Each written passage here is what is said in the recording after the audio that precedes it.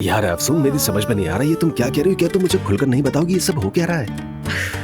यार हद है अली, कैसी बातें कर रहे हो? बार बार क्यों पूछ रहे हो मुझसे कि क्या करी हो, कब जाओगी? छोड़ो भी ना ये सब बातें, जाने दो अब इन बातों को। मेरी मर्जी में जब भी जाऊँ, तुम्हें इससे क्या?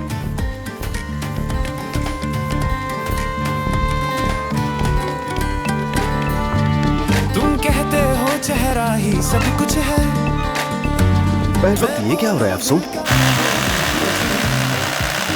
मैं कह रही हूँ मेरे और तुम्हारे आने से पहले परवीन साहिबा और काया साहब ने भी ये सब देखा होगा। अरे क्या है ये? क्या हो रहा है? क्या मसला है? यही वक्त मिला है ये सब करने का? और कोई वक्त नहीं था क्या तुम्हारे पास?